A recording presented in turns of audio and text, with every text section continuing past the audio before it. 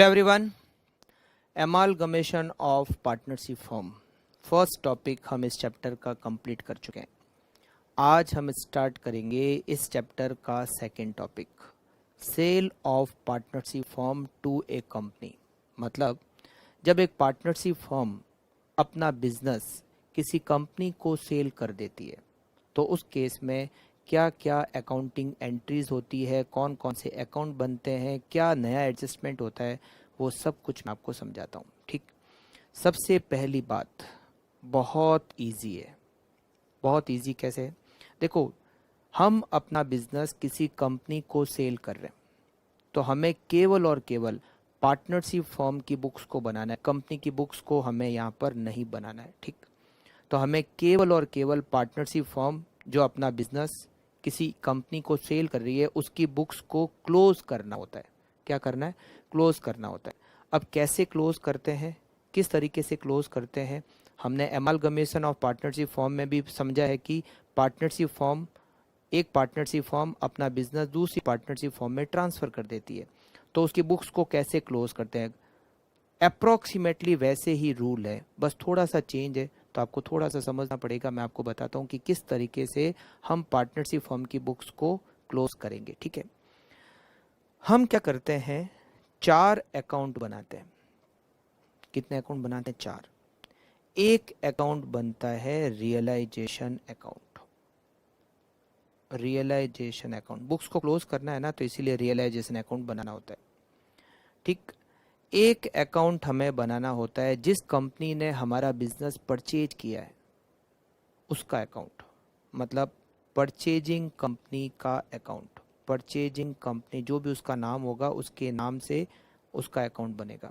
मतलब हम फर्म की बुक्स पढ़ रहे हैं तो एक तो आपको रियलाइजेशन अकाउंट बनाना है, एक आपको परचेजिंग कंपनी का अकाउंट बनाना है, एक बनेगा आपकी बुक्स में पार्टनर का कैपिटल अकाउंट।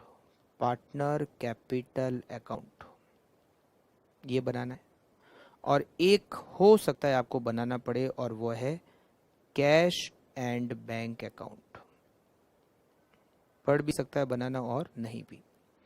समझना बहुत आसान है क्योंकि कॉन्सेप्चुअली सेम वैसे ही है जैसे एमालगमेशन में हमने बुक्स क्लोज करना समझा था, इसीलिए आप बहुत ध्यान से समझना। आपको सबसे पहले तो क्या करना है, वो जो कंपनी हमारा बिजनेस परचेज कर रही है तो वो कौन कौन सी एसेट्स को कितने पर और कौन कौन सी लाइबिलिटीज को कितने पर टेक ओवर कर रही है, और इसके लिए आपको कैलकुलेट करना है परचेज कंसीडरेशन। क्या कैलकुलेट करना है? सबसे पहला आपका काम है परचेज कंसीडरेशन को कैलकुलेट करना। Purchase consideration, purchase consideration. अब यहां पर कौन कौन सी एसेट्स को वो कितने पर टेक ओवर कर रही है। जो भी फिक्स्ड एसेट्स वो टेक ओवर कर रहे हैं, जो भी फिक्स्ड एसेट्स वो टेक ओवर कर रहे हैं और कितने पर टेक ओवर कर रहे हैं, मतलब एग्रीड वैल्यू। Agreed value. कौन कौन सी करंट एसेट्स वो टेक ओवर कर रहे हैं और कितने पर टेक ओवर कर रहे हैं, यहां पर भी क्या आएगा? Agreed value. कितने पर वो टेक ओवर कर रहे हैं, इंक्लूडिंग गुडविल भी। वहाँ हम गुडविल का नई पार्टनरशिप फॉर्म में एडजस्टमेंट करते थे, यहाँ ऐसा कुछ नहीं है। वो गुडविल को कितने पर टेक ओवर कर रहे हैं, अगर गुडविल का कुछ अमाउंट उन्होंने फिक्स किया है तो कितना।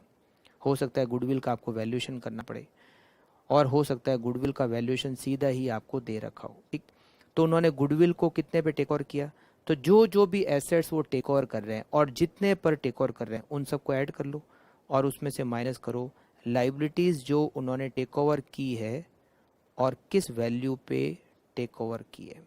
ध्यान रखना, जो जो एसेट्स उन्होंने टेक ओवर की है वो ही लेना है। मतलब नई जो, मतलब जो प्राइवेट, जो लिमिटेड कंपनी है, चाहे वो प्राइवेट लिमिटेड हो चाहे वो लिमिटेड कंपनी हो, वो हमारी एसेट्स को और लाइबिलिटीज़ को, जो जो एसेट्स को टेक ओवर कर रही है केवल उसी को ही पीसी में लेना है, और जो जो लाइबिलिटीज़ टेक ओवर कर रही है उसी को आपको पीसी में लेना है। जितने पर जो एग्रीड वैल्यू है उसी वैल्यू पर यहाँ पर पीसी में कैलकुलेशन में लेना है। ध्यान रखना। हाँ, ये दिया हुआ है कि कौन कौन सी एसेट्स ले रहे हैं, मगर उसका एग्रीड वैल्यूएशन नहीं दिया हुआ है तो हम बैलेंस शीट वाली वैल्यू काम में ले सकते हैं। बट क्वेश्चन में दिया हुआ है कि ये एसेट्स ले रहे हैं और इस वैल्यू पे ले रहे हैं, तो जो जो वैल्यू दे रखी है वो वैल्यू ही आपको यहाँ कंसिडर करनी है। लाइबिलिटीज भी एग्रीड वैल्यू, अगर एग्रीड वैल्यू नहीं दे रखी है तो बैलेंस शीट वाली वैल्यू यहाँ पर काम में लेनी है, राइट। अगर क्वेश्चन में लिखा हुआ है कि कैश को टेक ओवर कर रहे हैं तो कैश को भी यहाँ पर परचेज कंसिडरेशन में इंक्लूड करना है। तो जो जो भी एसेट्स ले रहे हैं, फिक्स्ड एसेट्स, जो जो भी करंट एसेट्स ले रहे हैं, गुडविल बैलेंस शीट में नहीं दे रखी होगी, मगर उसका अगर वैल्यूएशन दिया है कि इतने पर गुडविल को टेक ओवर किया जा रहा है तो गुडविल लेस लायबिलिटी और the result is purchase consideration. ठीक, परचेज कंसिडरेशन कैलकुलेट करने के बाद आप बनाओगे रियलाइजेशन अकाउंट। अब रियलाइजेशन अकाउंट कैसे करोगे? जो भी बैलेंस शीट में एसेट्स दे रखी है आपको उसको यहाँ ट्रांसफर करना है, बट बैलेंस शीट वैल्यू पर। नई कंपनी उसको कितने में टेक ओवर कर रही है, हमें रियलाइजेशन अकाउंट बनाते समय उसको ध्यान में नहीं रखना है। जितनी वैल्यू पर टेक ओवर कर रही है वो तो परचेज कंसिडरेशन में आएगा, हमें बुक्स को क्लोज करना है। तो बैलेंस शीट में जो जो भी एसेट्स दे रखी है और जो बैलेंस शीट में जितनी वैल्यू पर दे रखी है आपको यहाँ पर लिखना है, चाहे वो एसेट्स उस कंपनी ने टेक ओवर की है चाहे नहीं की है। आपको सब के सब एसेट्स को यहाँ पर, फिक्स्ड एसेट्स को भी और करंट एसेट्स को भी। बट यहाँ पर एक एक्सेप्शन है, अगर नई कंपनी ने कैश को टेक ओवर नहीं किया है तो आप कैश को रियलाइजेशन अकाउंट में ट्रांसफर नहीं करोगे। हाँ, कोई और एसेट्स को अगर उन्होंने नहीं भी टेक ओवर किया है तो भी आपको रियलाइजेशन अकाउंट में ट्रांसफर करना है। जैसे लिखा हुआ है कि उन्होंने हमारे स्टॉक को टेक ओवर नहीं किया, मगर फिर भी आप रियलाइजेशन अकाउंट में स्टॉक को ट्रांसफर करोगे। मतलब उन्होंने कोई एसेट्स ली चाहे नहीं ली, हमें उसको रियलाइजेशन अकाउंट में ट्रांसफर करना है। मगर एक एक्सेप्शन है, अगर उन्होंने कैश को टेक ओवर नहीं किया तो हमें कैश को रियलाइजेशन अकाउंट में ट्रांसफर नहीं करना है। अगर कैश को भी उन्होंने टेक ओवर किया है तो ही कैश रियलाइजेशन अकाउंट में आएगा, राइट। तो आप सारी एसेट्स और सारी फिक्स्ड एसेट्स, सारी करंट एसेट्स, जो भी इन्वेस्टमेंट, जो भी बैलेंस शीट की एसेट साइड में दे रखा है, एसेट्स जो भी दे रखी है वो आपको रियलाइजेशन अकाउंट में ट्रांसफर करनी है। बैलेंस शीट वैल्यू पर केवल एक एक्सेप्शन है, अगर कैश को कंपनी ने टेक ओवर नहीं किया है तो कैश को आपको रियलाइजेशन अकाउंट में ट्रांसफर नहीं करना है। फिर उसका अलग से अकाउंट बनेगा और वो बनेगा कैश अकाउंट। ठीक है, बाकी कोई एसेट्स अगर उन्होंने नहीं भी ली है, स्टॉक नहीं भी लिया है, तो भी हमें रियलाइजेशन में ट्रांसफर करना है। सेम इसी तरह से सारी लाइबिलिटीज आप यहाँ पे ट्रांसफर करोगे। लाइबिलिटीज में creditors, bank overdraft, bills payable, outstanding expenses, सारी लाइबिलिटीज आपको बैलेंस शीट की वैल्यू पर आपको जो दे रखी है वो यहाँ ट्रांसफर करनी है, चाहे नई कंपनी ने, जो कंपनी ने टेक ओवर की है, चाहे कंपनी ने टेक ओवर नहीं की है, आपको यहाँ ट्रांसफर करना है।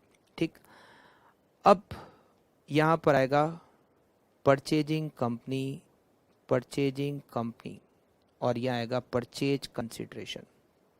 जो जो एसेट्स उन्होंने ली, जो जो लाइबिलिटीज उन्होंने ली और कितने पे ली, हमने इसके लिए कैलकुलेट किया है परचेज कंसिडरेशन। तो जो परचेज कंसिडरेशन आपने कैलकुलेट किया है वो यहाँ पर आप लिखोगे।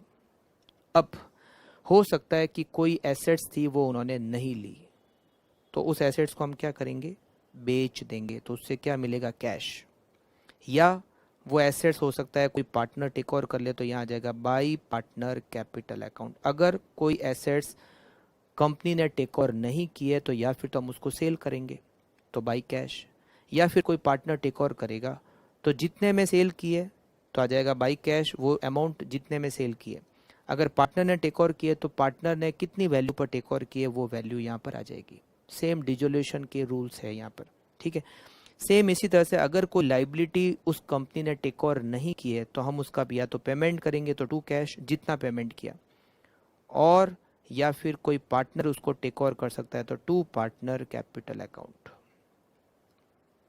राइट। अब यहां पर हम लिखेंगे कैश अगर रियलाइजेशन का कुछ एक्सपेंडिचर होता है तो, और अब डिफरेंस आएगा प्रॉफिट या लॉस। तो अगर प्रॉफिट आता है तो to partner capital account, partner में डिस्ट्रीब्यूट कर दोगे प्रॉफिट को। अगर लॉस आता है तो लॉस भी पार्टनर कैपिटल अकाउंट में डिस्ट्रीब्यूट कर दोगे बाई पार्टनर कैपिटल अकाउंट, जो भी उनका प्रॉफिट शेयरिंग रेशियो है लॉस, और ये बन गया रियलाइजेशन अकाउंट।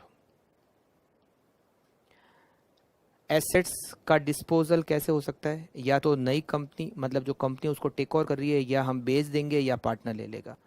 अगर कंपनी टेक ओवर कर रही है तो पीसी की कैलकुलेशन में आ जाएगा। अगर हम सेल कर रहे हैं तो बाई कैश हो जाएगा। अगर पार्टनर टेक ओवर कर रहा है तो by partner capital account. Liabilities या तो कंपनी टेक ओवर कर रही है तो वो पीसी की कैलकुलेशन में इंक्लूड हो जाएगा, नहीं तो हम उसका पेमेंट करेंगे तो to cash, partner take over कर रहा है तो टू पार्टनर कैपिटल अकाउंट। और उसके बाद में रियलाइजेशन का जो भी एक्सपेंडिचर हुआ वो हम लिखेंगे टू कैश, और डिफरेंस जो होगा वो होगा प्रॉफिट या लॉस, जो हमें पार्टनर कैपिटल अकाउंट में ट्रांसफर करना है प्रॉफिट शेयरिंग रेशियो में, राइट। अब परचेजिंग कंपनी का अकाउंट बनाएंगे तो यहाँ परचेजिंग कंपनी में लिखेंगे टू रियलाइजेशन। जो कंपनी हमारा बिजनेस परचेज कर रही है, हमने रियलाइजेशन में क्या लिखा? बाई परचेजिंग कंपनी, जो परचेज कंसिडरेशन था, तो यहाँ लिखेंगे टू रियलाइजेशन, जो भी परचेज कंसिडरेशन है। अब वो कंपनी परचेज कंसिडरेशन का पेमेंट करेगी। पेमेंट कैसे कर सकती है? या तो वो देगी कैश, या फिर वो देगी शेयर्स ऑफ परचेजिंग कंपनी। या तो क्या देगी वो? कैश, या फिर देगी शेयर्स। तो वो तो क्वेश्चन में दे रखा होगा कि कितनी कैश और कितने शेयर्स, कितना कैश और कितना शेयर्स। जो जितने कैश देगी वो बाई कैश आ जाएगा, जितने के शेयर्स देगी वो बाई शेयर्स आ जाएगा, राइट। फिर हमें बनाना है पार्टनर कैपिटल अकाउंट। जैसे मान लो 2 पार्टनर है, या मान लो 3 पार्टनर है, ए बी सी। अब आप क्या करोगे? सबसे पहले तो बैलेंस शीट से उनके बैलेंस लिखोगे। अगर पार्टनर के करंट अकाउंट भी है तो करंट अकाउंट को भी यहाँ ट्रांसफर कर दो, बाई करंट अकाउंट या टू करंट अकाउंट। अगर कोई रिजर्व एंड सरप्लस है तो बाई रिजर्व एंड सरप्लस। अगर P&L का डेबिट बैलेंस है तो टू P&L। मतलब बैलेंस शीट में जो भी रिजर्व एंड सरप्लस दे रखे हैं, जो भी कैपिटल अकाउंट का बैलेंस दे रखा है, जो भी करंट अकाउंट का बैलेंस दे रखा है, वो सब पार्टनर कैपिटल अकाउंट में ट्रांसफर कर दो, राइट। अब बाई रियलाइजेशन और टू रियलाइजेशन। या तो रियलाइजेशन का प्रॉफिट होगा तो बाई रियलाइजेशन, या रियलाइजेशन का लॉस होगा तो टू रियलाइजेशन, ठीक। इसके बाद में हम पार्टनर के कैपिटल अकाउंट का करेंगे सेटलमेंट कैसे करेंगे? जो परचेजिंग कंपनी है उन्होंने शेयर्स दिए होंगे तो वो शेयर्स इन पार्टनर में बांट देंगे, और उन्होंने कैश दी होगी तो कैश बांट देंगे। तो सबसे पहले तो शेयर्स इनको देंगे, to shares of purchasing company. अब जो शेयर्स हैं, जो परचेजिंग कंपनी से हमें शेयर्स मिले, वो पार्टनर में कैसे डिस्ट्रीब्यूट होंगे? फर्स्ट तरीका, या तो क्वेश्चन में दे रखा होगा कि जो शेयर्स मिले हैं उसमें से कितने शेयर्स कौन से पार्टनर को देने हैं। मान लो जैसे दे रखा है कि टोटल 10 लाख रुपए के शेयर्स मिले, उसमें से आप 4 लाख के शेयर ए को दे दो, 3 लाख के शेयर बी को दे दो, 3 लाख के शेयर सी को दे दो। तो हमारी बात खत्म ही हो गई, फिर तो हमें कुछ करना ही नहीं है। और बाकी का एडजस्टमेंट फिर क्या होगा? या तो टू कैश या बाई कैश, या टू कैश या बाई कैश, कैश के थ्रू एडजस्टमेंट हो जाएगा, राइट। अगर क्वेश्चन में शेयर्स जो मिले उसका डिस्ट्रीब्यूशन पार्टनर में कैसे होगा वो दिया हुआ ही नहीं है, दिया हुआ है तब तो ठीक है, उस तरह से बांट दो, और बाकी का adjustment by cash to cash करके खत्म करो कैपिटल अकाउंट को। अगर शेयर्स कौन से पार्टनर को कितने देंगे ये दिया हुआ नहीं है तो वो शेयर्स पार्टनर में फाइनल क्लेम के रेशियो में बांटे जाएंगे। अब आपको कि फाइनल क्लेम का रेशियो क्या, समझाता हूं। आप क्या करोगे? पार्टनर कैपिटल अकाउंट को बनाना स्टार्ट करोगे, उनका बैलेंस लिखोगे, उनके current account, reserve and surplus, current account, ये सब जो भी है, P&L का डेबिट बैलेंस, ये सब रियलाइजेशन का प्रॉफिट लॉस, सब एडजस्टमेंट करने के बाद पार्टनर के कैपिटल अकाउंट का बैलेंस क्या बचा वो कैलकुलेट करोगे, वो होगा फाइनल क्लेम। समझा? जैसे ए में ये सारे एडजस्टमेंट कर लो, बैलेंस लिखो, करंट अकाउंट को एडजस्ट कर लो, रिजर्व एंड सरप्लस को एडजस्ट कर लो, रियलाइजेशन प्रॉफिट लॉस को एडजस्ट कर लो। इन सब के पास में इन सब के बाद में ए का कैपिटल अकाउंट का जो बैलेंस बचेगा वो होगा ए का फाइनल क्लेम। इसी तरह से बी की कैपिटल का जो बैलेंस बचेगा वो होगा बी का फाइनल क्लेम। जो सी की कैपिटल का बैलेंस बचेगा वो होगा सी का फाइनल क्लेम। जो फाइनल क्लेम आएगा उस रेशियो में आप शेयर्स को बांट दोगे। समझो आप, या तो क्वेश्चन में शेयर्स कैसे बटेंगे, किस पार्टनर को कितने देने हैं वो दे रखा होगा। अगर नहीं दे रखा है, अगर नहीं दे रखा है तो हर पार्टनर के कैपिटल अकाउंट का फाइनल बैलेंस पता करोगे। मतलब ये शेयर्स को डिस्ट्रीब्यूट करने से पहले और उनका कैश में सेटलमेंट करने से पहले कैपिटल का बैलेंस क्या था। कैसे, मैंने अब आपको बताया, ओपनिंग बैलेंस जो भी है लिखा, करंट अकाउंट को सेटल किया, P and reserve and surplus जो भी बैलेंस शीट में दे रखे उनको एडजस्ट लिखा, एडजस्ट किया, प्रॉफिट लॉस रियलाइजेशन का वो भी डिस्ट्रीब्यूट कर दिया। उसके बाद में कैपिटल का बैलेंस क्या बचा वो होता है फाइनल क्लेम। उस फाइनल क्लेम के रेशियो में आप शेयर्स को बांट दोगे।